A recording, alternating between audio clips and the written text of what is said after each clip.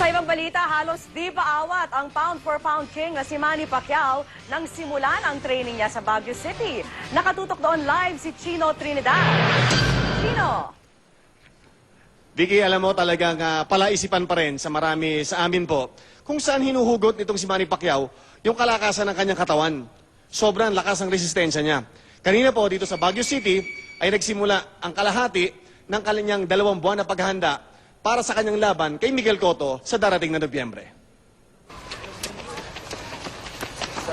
Bago pa man sumikat ang araw, binuuna ng pambansa kamao ang halos 1 oras na pagtakbo sa Nagilian Road patungo ng Burnham Park na 4 na beses niyang inigot bago siya dumugi ng mga tagahanga. 4 na oras lang nagpahinga at sa shape-up gym naman sunod ang ensayo si Pacquiao, kung saan ang dapat ay 4 na rounds lamang sa mitts ay naging 8.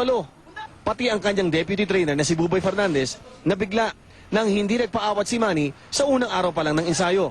Sinasabi na iba na masyado na daw tayong lit sa training. Sabi ko, kaya ako tumatawa-tawa na lang ako eh. Kasi alam ko talagang ano ni Manny na oras start ng training, hindi mo na yan pwedeng turuan eh. Alam niya yung gagawin niya.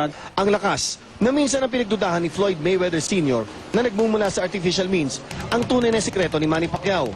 Ito ang lakas ng inspirasyon na nanggagaling sa kanya mga kababayan.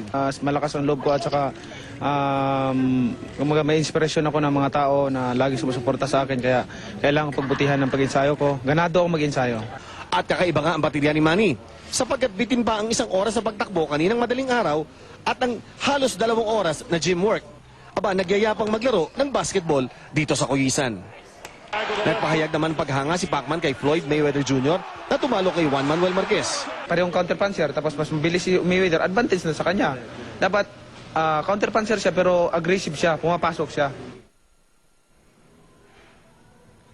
At idaragdag ko lang po, sabi kanina ni Buboy Fernandez na yung nakita ng mga tao kay Manny Pacquiao kanina ay 1/4 lamang or 25% lamang ng pwedeng makuha ni Manny Pacquiao na kondisyon sa paghahanda niya dito sa Baguio City. Vicky?